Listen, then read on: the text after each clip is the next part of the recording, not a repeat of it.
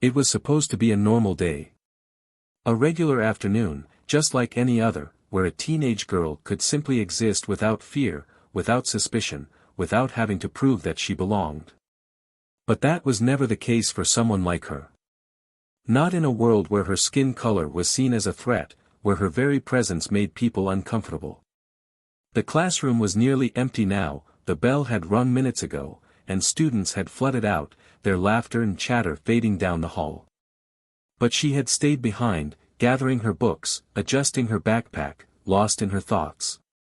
She didn't see him coming. She didn't even hear him at first. Then came the heavy boots. The presence that swallowed the room whole. "Hey! You!" She looked up, startled, confused. The man in uniform stood at the door, arms crossed, eyes locked on her like a predator assessing its prey. "What are you doing here?" Her eyebrows furrowed. I go to school here." The way he looked at her made her stomach tighten. There was something cold, something calculating behind his gaze. "Funny," he said, stepping closer. "You don't look like you belong." Her breath hitched. She gripped the strap of her backpack tighter, shifting uncomfortably in her seat. "I don't understand." Don't play dumb with me." His voice dropped, his hand hovering near his holster. "Someone saw you sneaking around the halls. Said you looked suspicious. And I don't take chances." She blinked, her heart pounding now. "I was just quiet." The command was sharp, cutting through the air like a blade. She could barely breathe. "I know your type," he continued, stepping even closer now, his towering frame blocking the only exit. "Think you can walk in here like you own the place. Think rules don't apply to you. But let me tell you something," he leaned down, his voice a whisper laced with poison, "I make the rules." Her fingers curled into fists, but she said nothing. "Stand up." She hesitated. "Stand up." She obeyed, her legs trembling beneath her. Then she saw it. The shattered glass on the floor. A broken jar from one of the art projects, shards gleaming under the fluorescent lights. "Pick it up." Her eyes widened. "What?" "Pick it up," he repeated, his voice dripping with amusement now, with sick satisfaction. "If you're gonna make a mess, you better clean it up." Her throat tightened. "I didn't," he took a step closer. "Did I say you could talk?" Tears burned at the corners of her eyes, but she refused to let them fall. His smile was slow, cruel. "Pick it up. With your mouth." Her breath caught. The room spun. She stared at the glass, at the sharp edges glistening like tiny knives. Her mind screamed, "No. No. This isn't happening." But it was. And he was waiting. "Go on." His tone was almost casual now, as if he were asking her to tie her shoe or straighten her uniform. Her body felt frozen, paralyzed by fear, by disbelief, by the sheer weight of humiliation pressing down on her chest. Then he laughed. A low, dark chuckle that made her stomach churn. "Or what? You think someone's gonna save you?" She wanted to run. She wanted to scream. But she knew with every fiber of her being, that no one was coming. No one ever did. Her hands clenched at her sides. Her pulse pounded in her ears. And then, a voice. Low. Steady. Lethal. "Step away. From my daughter." The entire room shifted. The officer stiffened, his smirk vanishing as he turned. Standing in the doorway was a man unlike any other. A man whose presence demanded attention. A man whose eyes burned with something far deadlier than anger. Power. And in that moment, the officer knew, he had just made the worst mistake of his life. But what happened next? No one could have predicted. "Before we begin, let's be clear," plow of twist stands firmly against racism, discrimination, and any form of injustice. If you are a black viewer watching this, know that you are seen, valued, and supported. This story highlights the harsh realities of racial bias, but also the power of justice and resilience. If you believe in standing against racism, hit that subscribe button and join us in sharing stories that matter. Now, sit back and enjoy an intense and unforgettable story. Let's begin. Malcolm Carter had spent decades fighting battles inside courtrooms, dissecting laws designed to work against people like him, exposing the systemic failures of a justice system that only seemed to protect those already in power. He had built his career on tearing down the walls of discrimination, brick by brick, ruling on cases that set precedents, challenging policies that had stood for decades, and ensuring that the voices of the unheard were finally amplified. But no matter how many times he sat behind the bench, no matter how many cases he ruled on, no matter how many corrupt officers or institutions he exposed, he knew one thing deep in his soul: justice was never guaranteed. Not for people like him. Not for people like his family. Not for people with skin like his daughters. Because no matter how powerful he was, no matter how much influence he wielded, no matter how many degrees, awards, or victories he had accumulated over the years, racism did not care. And now, it had come for his daughter. Naomi Carter had grown up knowing who she was. She was the daughter of a federal judge and a fierce attorney, raised in a home filled with discussions of justice, fairness, and power. She knew how to articulate her thoughts, how to challenge authority, how to demand respect rather than ask for it.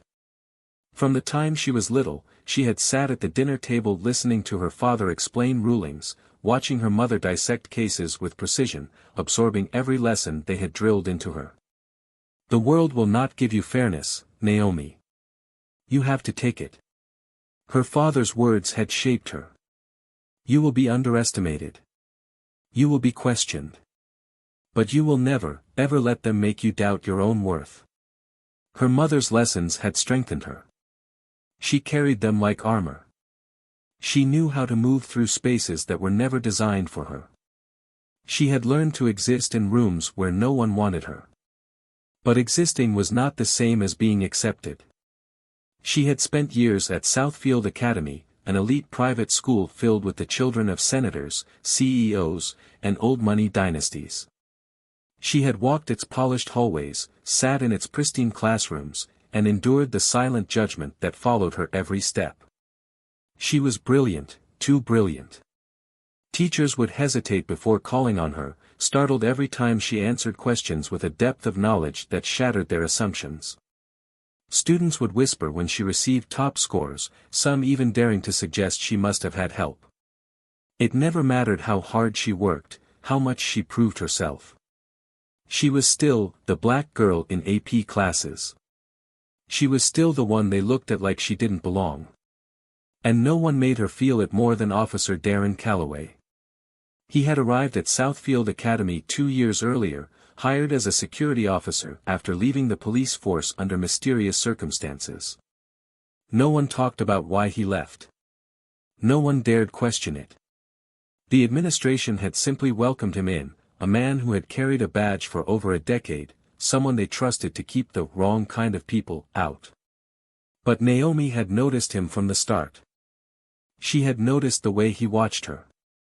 The way his eyes lingered a little too long when she walked by. The way he always found an excuse to question her. Where was she going? Did she have permission? Had she checked out with the office? Did she know that students weren't allowed in certain areas after hours? It didn't matter that other students roamed freely. It didn't matter that her record was spotless. To him, she was a problem waiting to happen. She had learned to ignore it. To keep her head up.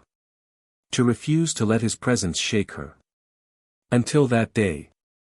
She had stayed behind after class, organizing her notes, preparing for an upcoming debate competition. The classroom had emptied out, the usual hum of voices fading into silence, the hallways quiet except for the distant sounds of footsteps. She had been alone, focused, lost in her own world. And then, he walked in. The moment she heard the heavy boots against the floor, her body stiffened. She turned, her heart tightening as she saw him standing in the doorway, arms crossed, that same look in his eyes.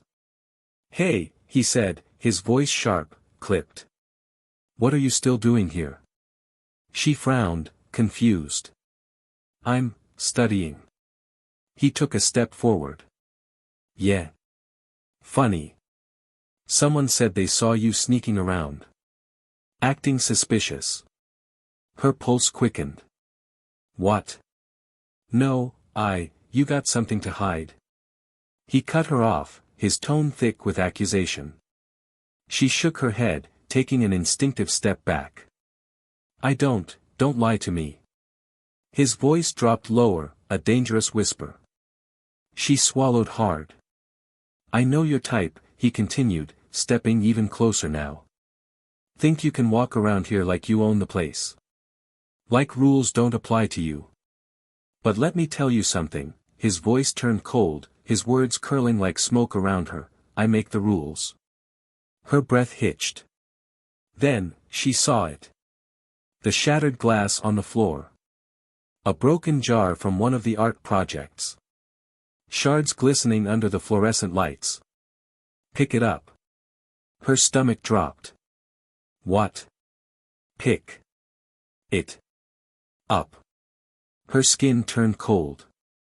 I didn't break that," she said, her voice barely above a whisper. He smiled. Slow. Cruel. "Did I ask who broke it?" The room felt smaller. The walls tighter. "Pick it up," he repeated, his voice laced with something sick. Her throat tightened. "With your mouth." Her knees locked. Her breath caught. She could hear her heartbeat in her ears, loud, deafening. She stared at the glass. The sharp edges. The impossible command. Her body screamed an "oh." But he was waiting. And he wasn't laughing anymore. Then, a voice. Low. Steady. Lethal. "Step away. From my daughter." The air shifted. The room froze. Officer Calloway turned, his face draining of color. Standing in the doorway was a man unlike any other. A man whose presence demanded attention. A man whose eyes burned with something far deadlier than anger. Power. And in that moment, the officer knew. He had just made the worst mistake of his life. But what happened next, no one could have predicted. The air in the room had shifted. The temperature hadn't changed, but it felt colder. Thicker. Like the walls had suddenly drawn closer, suffocating, pressing down on the man who had spent the last several minutes believing he was untouchable. Officer Darren Calloway turned, his body stiff, his breath hitching as he laid eyes on the man standing in the doorway. For the first time in years, maybe in his entire life, he felt something foreign crawl up his spine. A feeling he wasn't used to. A feeling he had spent his entire career ensuring others felt in his presence. Fear. Malcolm Carter didn't move at first. He didn't rush forward, didn't yell, didn't demand explanations. He didn't need to. The look in his eyes alone was enough to freeze the entire room in place. It was a look that promised hell was about to rain down on whoever was standing in its path. Calloway's grip on his belt tightened. His jaw locked. He straightened his spine, his training taking over. He had faced down criminals, thugs, street punks who thought they were tough until he showed them who really held the power. This was no different. "Sir," Calloway started, his voice lower than before, controlled, but with an edge that was just barely noticeable. "This is a private matter between myself and the student. I suggest you." Malcolm took a step forward. Just one. But the weight of it sent a silent shockwave through the room. A private matter? His voice was calm, steady, but there was something behind it, something Calloway couldn't quite name, something that made his skin itch.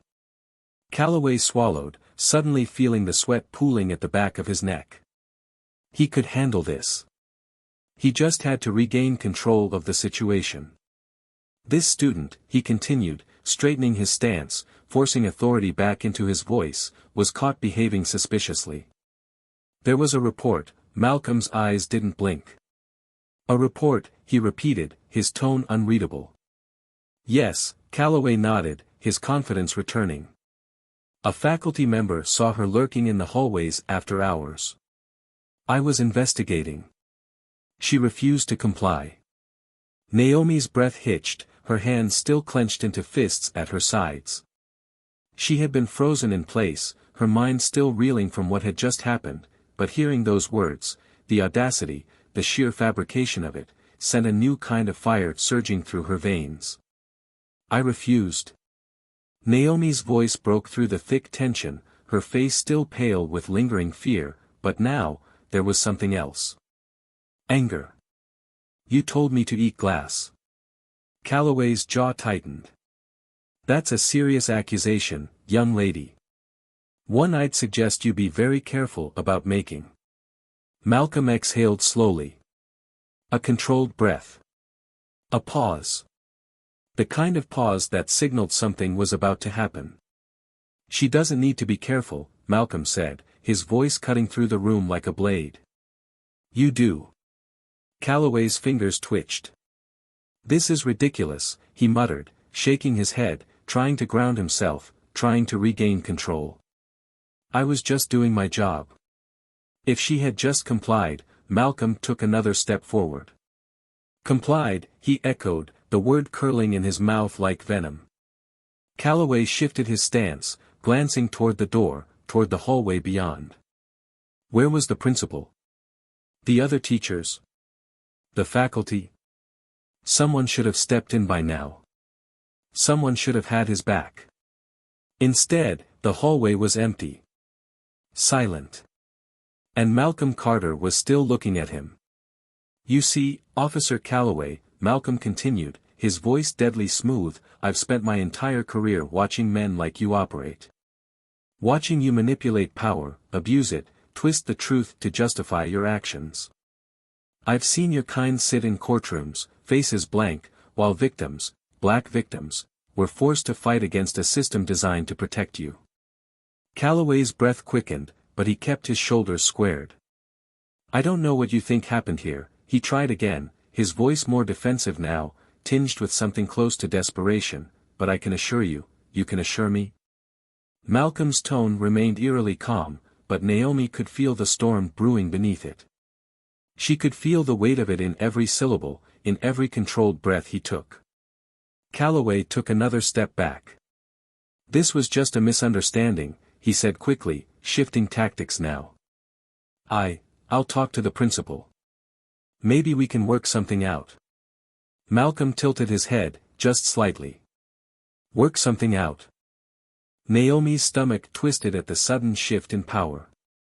Just minutes ago, Calloway had stood in this room like he owned it. Like he was untouchable. Now, his hands were restless, his breath uneven, his mask slipping. What exactly do you think you can work out? Malcolm asked. Calloway forced a dry chuckle.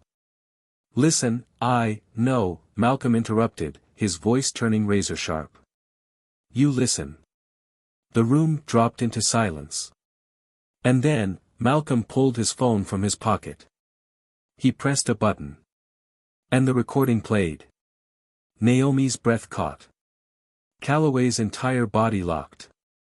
Because suddenly, his own voice filled the room. Pick it up. With your mouth. Naomi stopped breathing. The recording continued. Her own voice, shaking. His laughter. The words he had spoken. The command he had given. The humiliation. Every single word of it. Calloway's face drained of color. Malcolm let the recording play. Let every second of it sink in. Then, he stopped it. The silence was deafening. Calloway's lips parted, but no sound came out. Naomi's eyes burned. Malcolm? He simply smiled. A slow, knowing, merciless smile. Then he turned the phone in his hand, just slightly. Just enough for Calloway to see the screen. And the word flashing across it. Live. Calloway's stomach plummeted. Because he hadn't just been recorded. The world had already seen it. Malcolm took a step closer, voice lower now, just for Calloway to hear. "You think this is over?" he murmured, a dangerous edge curling around each word. Calloway staggered back. And for the first time in his life, he knew what it felt like to be helpless. But the real nightmare? The real reckoning? It was only just beginning. The weight of the silence in the room was suffocating. It pressed against Darren Calloway's chest like a cinder block, tightening with every passing second. He could hear the faint hum of fluorescent lights overhead, the distant murmur of voices somewhere in the hallway, the steady, deliberate breaths of Malcolm Carter standing in front of him. But what he couldn't hear, what his ears refused to pick up, was the sound of control slipping from his grasp. Because it was already gone. He knew it. Malcolm knew it. And soon, the whole world would know it too. His own words, his own voice, had been broadcast live. Every syllable of his cruelty, every ounce of his malice, exposed. He had spent years wielding his power, using his badge, his authority, his reputation as a shield. And now? Now he was naked in front of the world, his sins laid bare, his untouchability shattered in an instant. Calloway's fingers twitched, his breath short, his mind racing through possibilities. Damage control. Explanations. Excuses. Maybe it wasn't as bad as it seemed. Maybe there was a way out. He started, but his own voice cracked, betraying him before he could even find the words. His throat was dry. Too dry. He swallowed hard, forcing himself to stay steady. This was taken out of context. You don't understand how this looks, but I was just, Malcolm didn't blink. You were just what? His voice was smooth, precise, slicing through the air like a scalpel. Just abusing your authority? Just humiliating a 16-year-old girl for your own amusement? Just proving to yourself that no matter how far we come, there will always be men like you, waiting for the moment to remind us that power isn't given, it's stolen? Calloway's pulse pounded in his ears. That's not what happened, he bit out, his voice low, desperate. I was doing my job. Malcolm's lips curled, but there was no amusement in it. Your job, he echoed, tilting his head slightly, the movement almost lazy, almost mocking. Tell me, Officer Calloway, at what point in your training did they teach you to force a child to eat glass? Naomi exhaled sharply, as if the weight of those words being spoken out loud made it even more real. Calloway's stomach twisted. His mouth opened, but nothing came out. Malcolm took a step forward. Not fast. Not threatening. Just measured. Controlled. Deadly. I've spent my entire career watching men like you, he continued, his voice quieter now, which somehow made it more terrifying. I've seen them sit in my courtroom, eyes cold, lips pressed into thin lines, silent as families cried, silent as verdicts were read, silent as they walked free. His fingers flexed at his sides, his knuckles cracking ever so slightly. You've seen it too, haven't you? That safety net. That unspoken protection. That knowledge that no matter what you do, someone will cover for you. Calloway flinched, but Malcolm didn't stop. I wonder, he mused, almost to himself, how many times you've done this before. How many other black kids you've cornered, bullied, humiliated, knowing they had no power, no voice, no one who would believe them. He took another step. Calloway's back hit the edge of the desk, and his body went rigid. Tell me, officer, how does it feel to know that for once, no one is coming to save you? Something inside Calloway snapped. Maybe it was panic, maybe it was instinct, but his hands moved, going to his belt, reaching for the radio clip to his side. If he could just get the principal, if he could just, but before his fingers even brushed it, Malcolm was on him. The movement was so fast, so fluid, Calloway didn't even see it happen. One moment he was reaching, the next his wrist was trapped in an iron grip, twisted sharply to the side, immobilized. Malcolm leaned in, his voice so quiet it was almost a whisper. "Don't." It wasn't a threat. It was a promise. Calloway froze. He couldn't breathe. The man in front of him was not just an angry father. He was a judge. A man who had spent decades wielding the law like a weapon, dissecting loopholes, tearing apart weak defenses, exposing the truth with surgical precision. He was the last person on earth Calloway wanted as an enemy. And he was already too late. A sound from the hallway made Calloway's stomach drop. Footsteps. Not just one pair. Many. Then, voices. Growing louder. Coming closer. And suddenly, the door swung open. The principal. The superintendent. Several members of the school board. A few other faculty members. And behind them, a small crowd of students who had clearly heard everything. Calloway's heart slammed against his ribs. No. No, no, no. Judge Carter, the principal started, his voice nervous, almost shaky. What exactly is going on here? Malcolm finally let go of Calloway's wrist. Slowly. Deliberately. Calloway pulled back instantly, but the damage was done. Malcolm straightened, adjusting his cuffs as he turned to face the new arrivals. His expression was unreadable, but his voice was perfectly even when he spoke.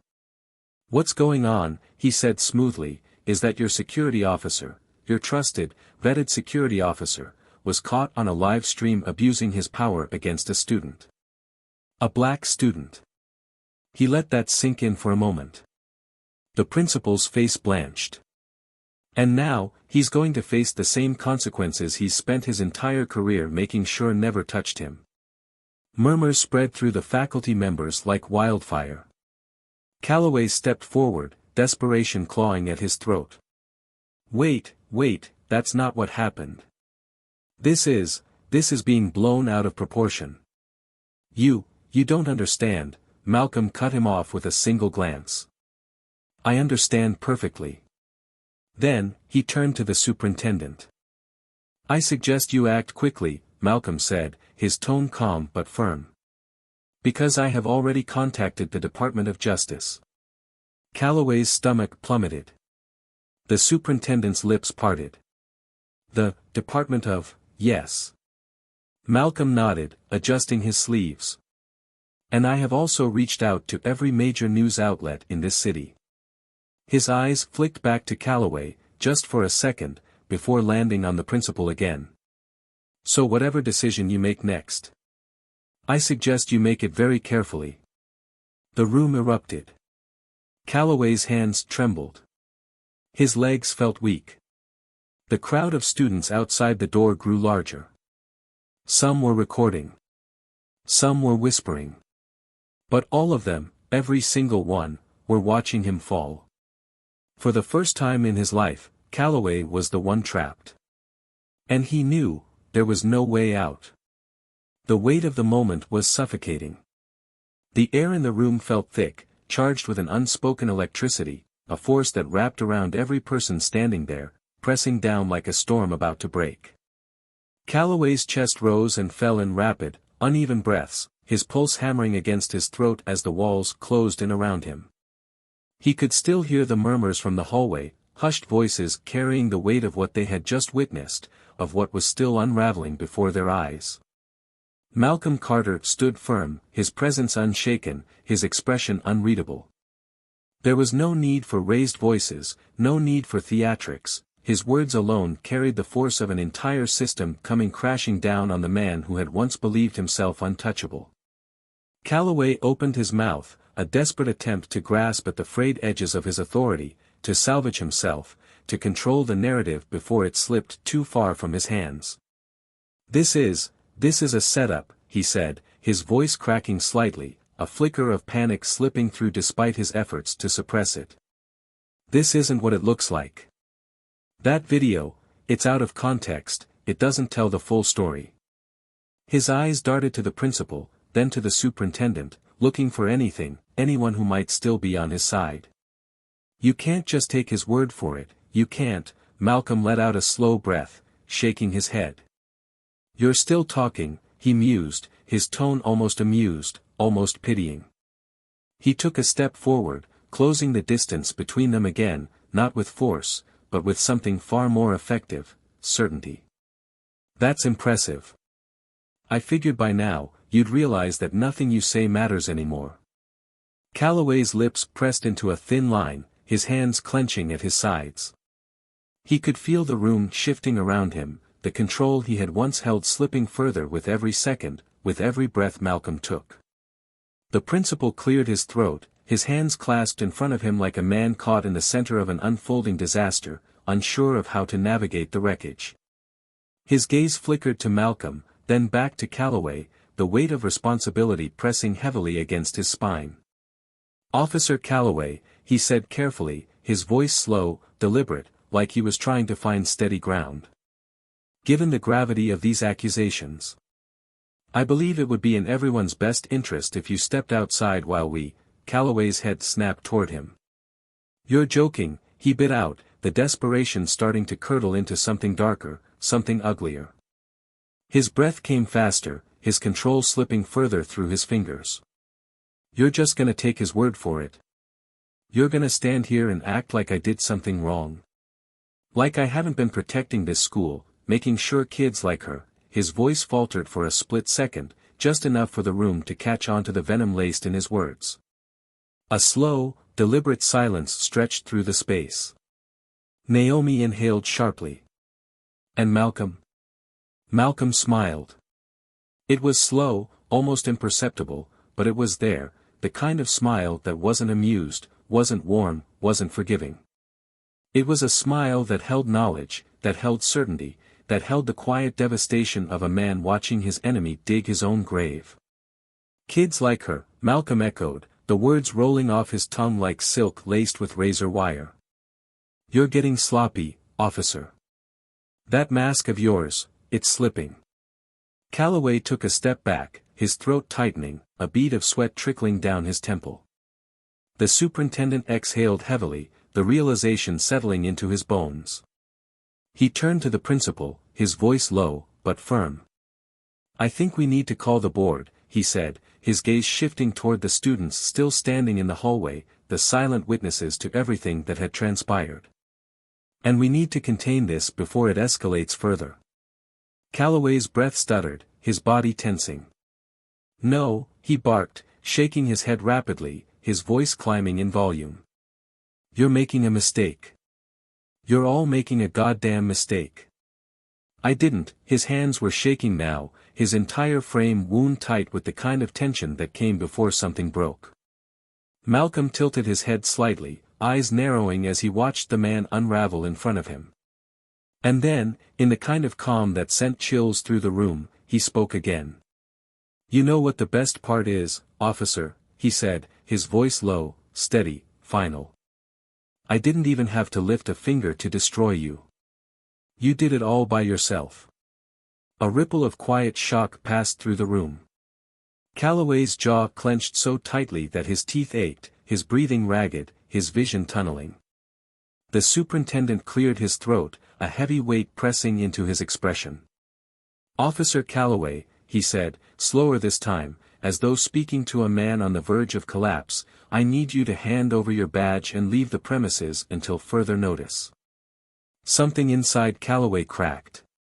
His breath hitched, his fingers twitching toward his belt, toward the badge that had granted him power, control, the ability to dictate the lives of others with a single order, a single command. Malcolm watched him carefully. Naomi's pulse pounded in her ears. The entire room held its breath. And then, Calloway ripped the badge from his uniform, his face twisted into something hateful, something raw.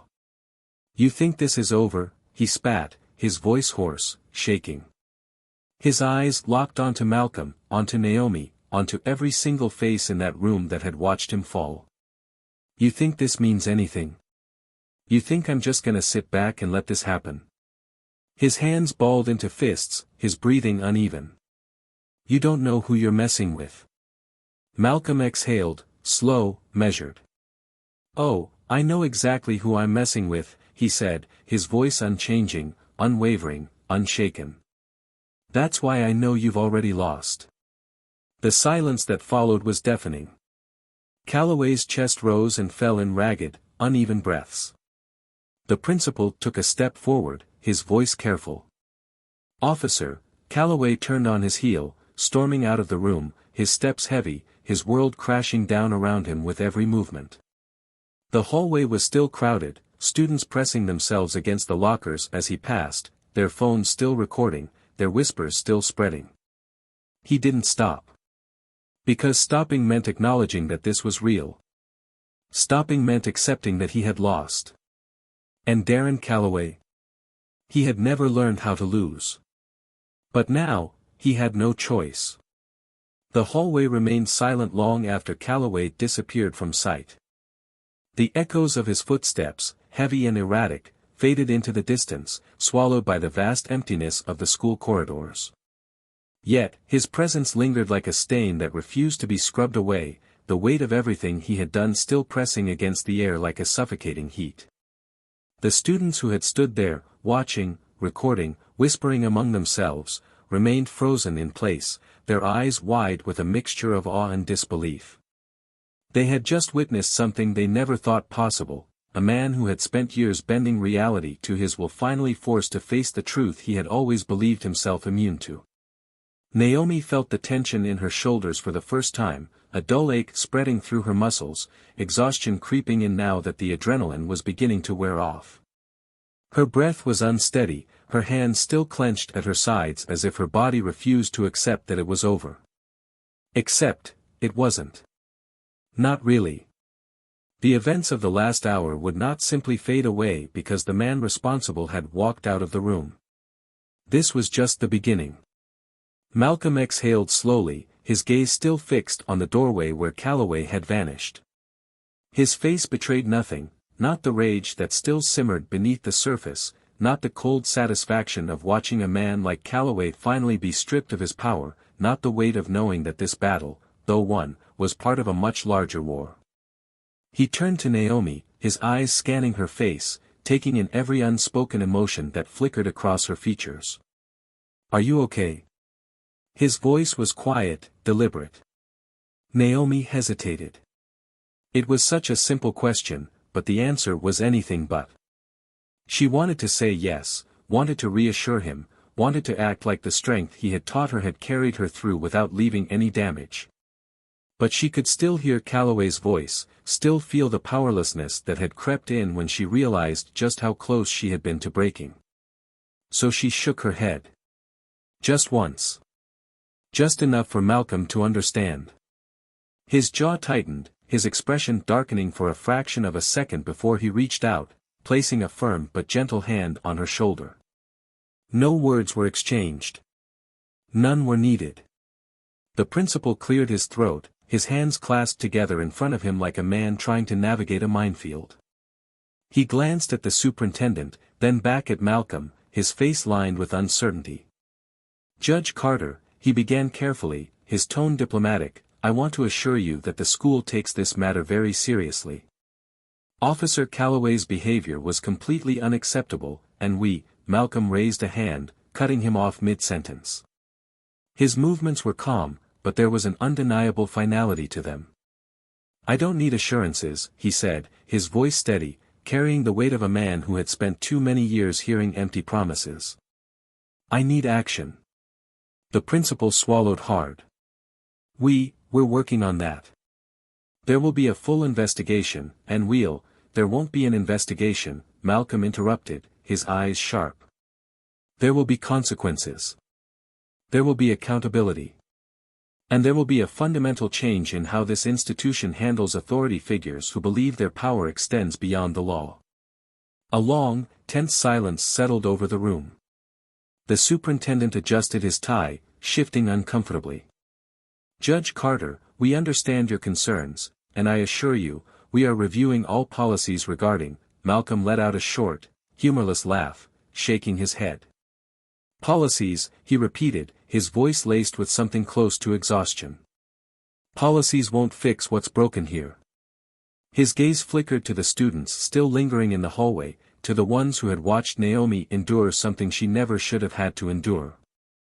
This isn't about policies. It's about the fact that a man like Calloway was given authority in a school like this in the first place. That no one questioned him. That he felt secure in what he did because he never once thought he'd be held accountable. The principal shifted uncomfortably. We weren't aware of any prior issues. Malcolm turned to him, his expression unreadable. Were you looking for them? The words landed like a sharp, well-placed blow. The principal's mouth opened, but no response came. The truth was, they hadn't been looking. Because looking meant acknowledging. And acknowledging meant responsibility. A murmur rippled through the students in the hallway, hushed whispers exchanged between wide-eyed faces. Naomi could feel the shift happening, the weight of realization settling in, the understanding that this wasn't just about her anymore. She glanced at Malcolm, the quiet intensity in his stance, the unwavering strength in his posture, the way he had commanded this moment with nothing more than the truth. And she understood, more deeply than she ever had before, why he had spent his entire career fighting against the very thing that had just tried to break her. Because this was what justice looked like. The superintendent let out a slow breath, his expression reluctant but resigned. We'll be issuing a formal statement, he said finally, his voice careful, as if every word he chose had to be calculated. We'll ensure that Calloway is permanently removed from this campus, and we will work with the board to ensure that a full review is conducted regarding our hiring practices. Malcolm's gaze remained unwavering. And? The superintendent hesitated. We'll reach out to the families affected by any previous incidents under his authority. It wasn't enough. But it was a start. Malcolm nodded, his expression unreadable. Good. The tension in the room didn't disappear, but it shifted. The balance of power had permanently changed. The principal cleared his throat. Naomi, if there's anything you need, she looked at him then, her voice quieter, but firm. I need this never to happen to anyone else. The words hung in the air, heavy, undeniable. The principal nodded, his expression tight with the weight of knowing that this was more than just one incident. It always had been. Malcolm turned to Naomi then, his voice softer when he spoke. Let's go. And just like that, they left. But the story didn't end there. Because this was only the beginning of something much bigger. Something that would change everything. The ride home was silent, but it wasn't empty. The air in the car was heavy, thick with everything that hadn't been said, with the weight of what had just unfolded. Naomi sat in the passenger seat, her hands resting in her lap, fingers curled into the fabric of her jeans as she stared out the window, watching the streets blur past. The city moved around them as if nothing had happened, as if the world hadn't just tilted on its axis, as if she hadn't just come face to face with something she had always known was there but had never truly felt in its full, unfiltered force.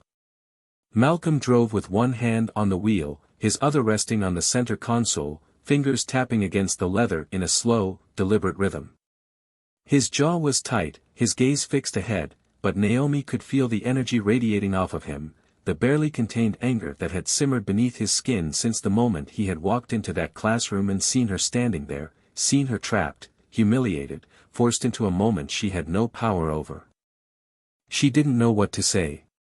She didn't even know if she should say anything. Malcolm exhaled sharply, his fingers tightening briefly against the wheel before he spoke, his voice measured but low, a quiet storm brewing in each word. I should have been there sooner. Naomi turned to him, blinking in surprise. What? His grip on the wheel flexed, his eyes never leaving the road. I should have known. I should have seen it coming. I should have, Dad, she interrupted, shaking her head, her voice hoarse from the emotion still coiled tightly in her throat. "This wasn't your fault." His jaw clenched. "I'm your father, Naomi. It's my job to protect you." Her chest ached at the way his voice dipped lower at the end, at the raw, quiet guilt embedded in his words. It was rare to see him like this, rare to hear anything but complete control in his voice, rare to witness the cracks that he worked so hard to keep hidden from the rest of the world. She swallowed hard. "You did protect me." He let out a humorless breath, shaking his head. "Not soon enough." The words stung, not because they were directed at her, but because she understood them. Because she had felt the exact same thing, the exact same helplessness, the exact same sense of betrayal by a world that had allowed this to happen in the first place. Her fingers tightened in her lap. It shouldn't have happened at all. That made him look at her, just briefly, just enough for her to see the rage simmering beneath the surface, the kind of rage that wasn't reckless but was far more dangerous, calculated. Cold. Patient. "No," he agreed, his voice like steel. "It shouldn't have." They didn't say anything else for a long while, the city moving past them, the weight of the moment stretching, lingering.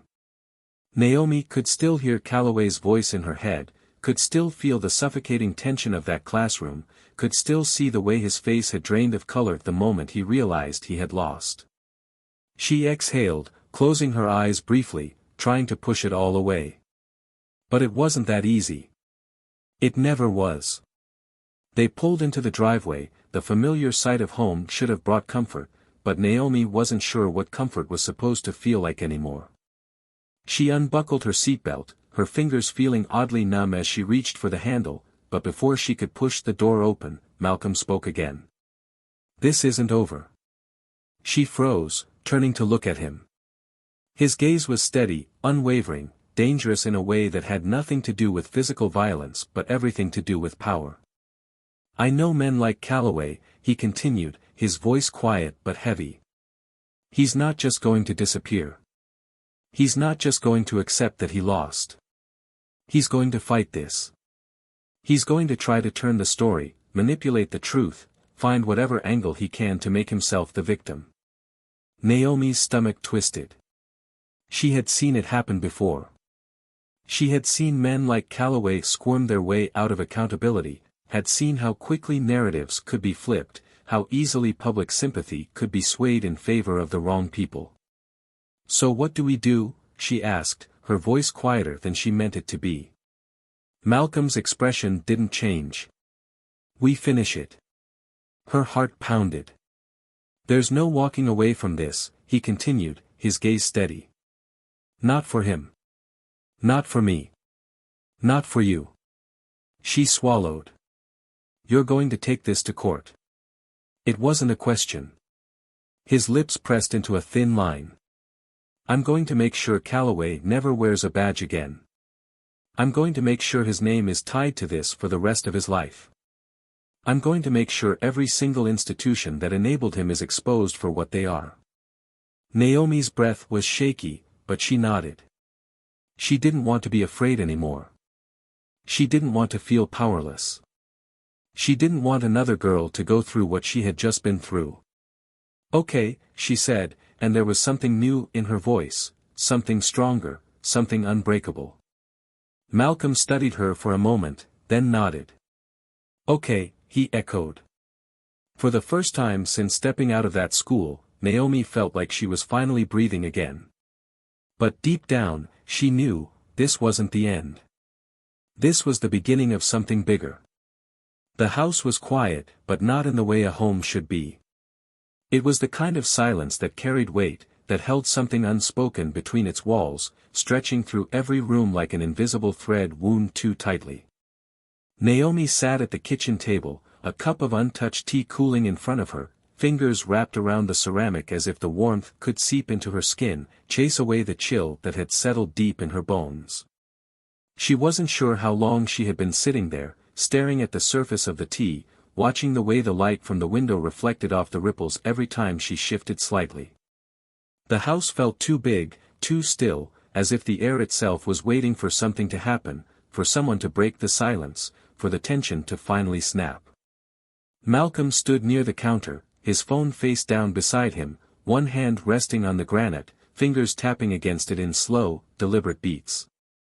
His shoulders were rigid, his stance controlled, but Naomi could see the way his jaw tightened, the way his breaths came a little too deep, a little too measured. She knew that look. She had seen it before. It was the look of a man planning his next move.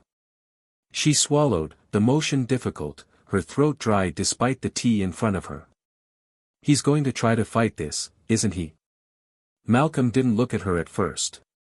He simply exhaled through his nose, slow and steady, before nodding once. He already has. Her stomach twisted. What do you mean? He reached for his phone, flipping it over, unlocking the screen with a quick swipe of his thumb before turning it toward her.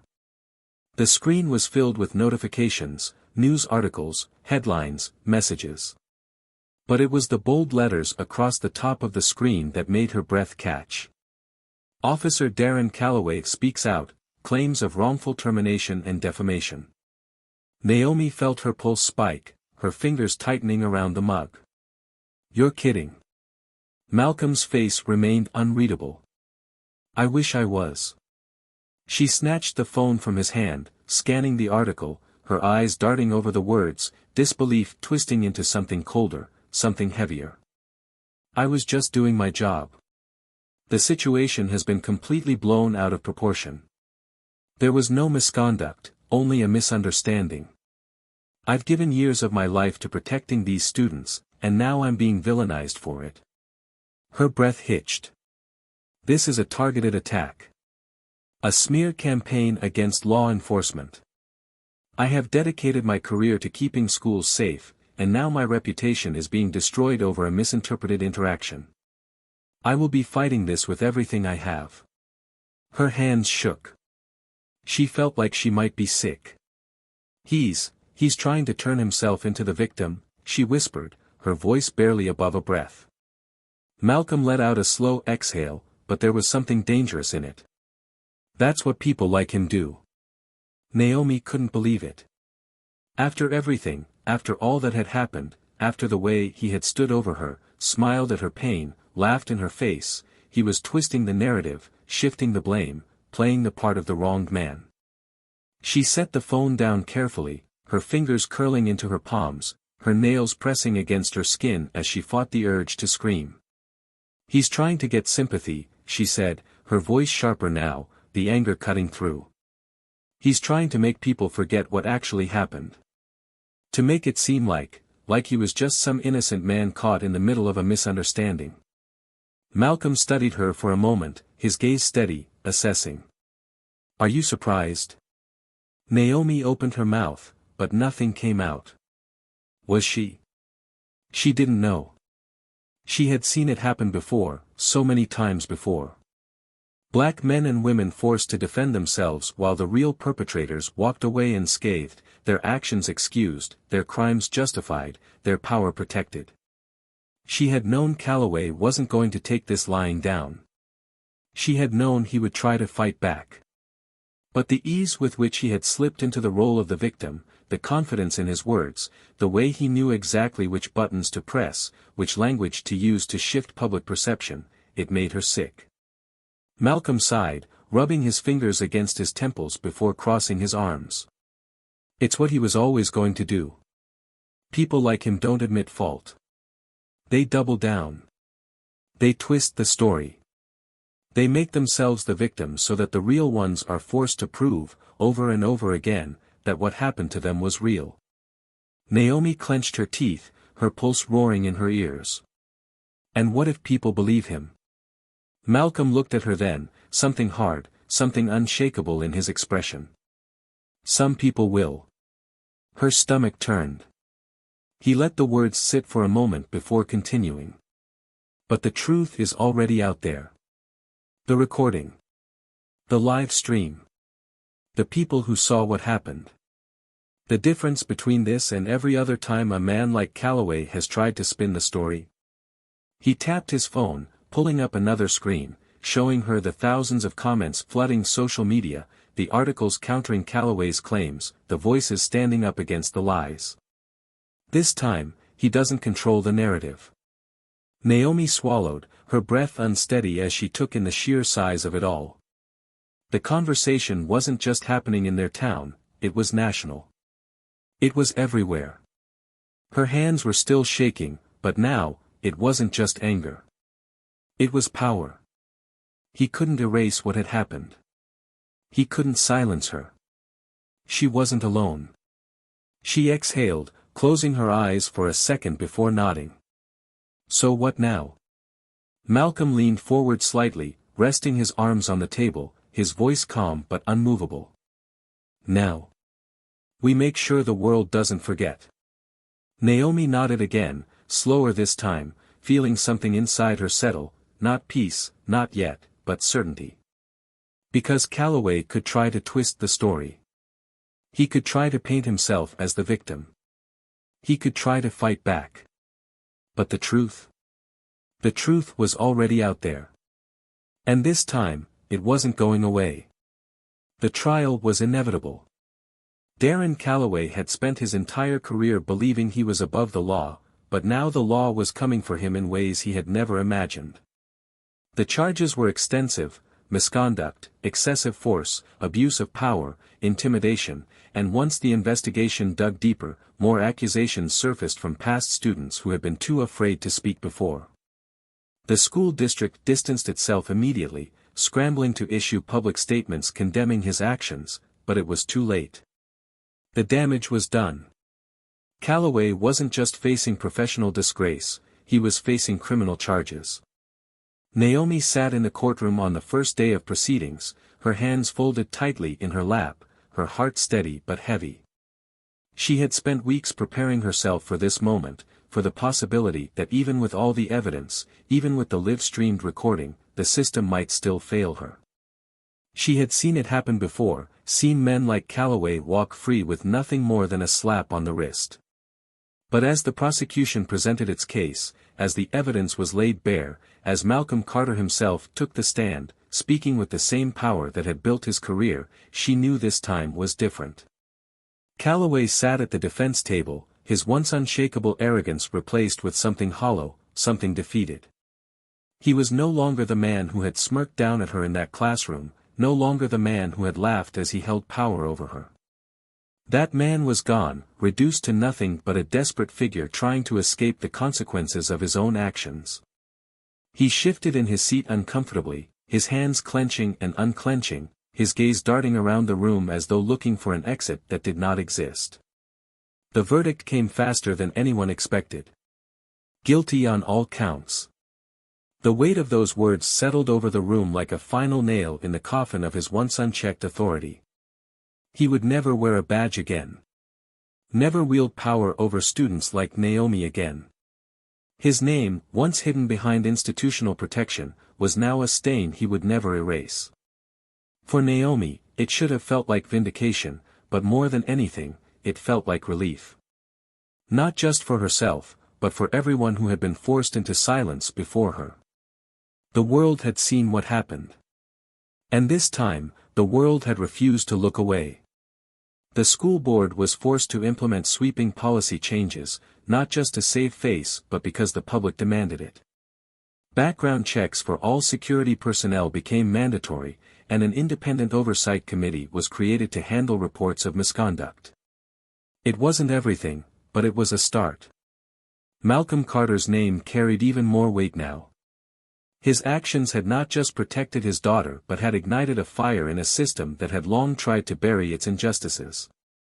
Legal scholars called the case a landmark moment for accountability in educational institutions, and media outlets hailed him as the man who had not only exposed the corruption but ensured it would never be forgotten. He never sought the spotlight, never cared for the attention, but the legacy of what he had done would stand long after the headlines faded. Naomi found herself standing at the center of it all, not just as a victim but as a voice. She gave interviews, spoke at panels, became a symbol of resistance in the face of injustice. She refused to let what happened to her be reduced to just another story in the cycle of news, discarded and forgotten once the next scandal took its place. She made sure people remembered. And in doing so, she found something she never expected: purpose. Darren Calloway, once untouchable, was now a cautionary tale. He had spent years believing the rules didn't apply to him, that he could twist reality to suit his own narrative. But reality had caught up to him. No more uniform. No more power. Just the long, slow reckoning of a man realizing too late that his past had finally come for him.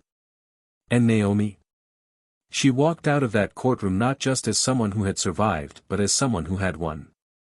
This story is more than just about justice, it's about power, about truth, about the way the world shifts when people refuse to stay silent. It's about the moments that define us, the moments where we have to decide whether to stand or to let injustice win. And it's about what happens when the right people stand at the right time and refuse to be ignored. What would you have done in Naomi's place? Would you have fought? Would you have spoken up? Or would you have stayed silent, hoping that time would erase the pain? These are the questions we must all ask ourselves. Because this isn't just Naomi's story. This is the reality for too many people. And it's time the world starts listening. If this story made you think, if it made you feel, then make sure you subscribe to Tales of Twist. We tell the stories that others try to ignore, the stories that challenge, that push, that make you see the world just a little differently. And remember, truth always finds a way.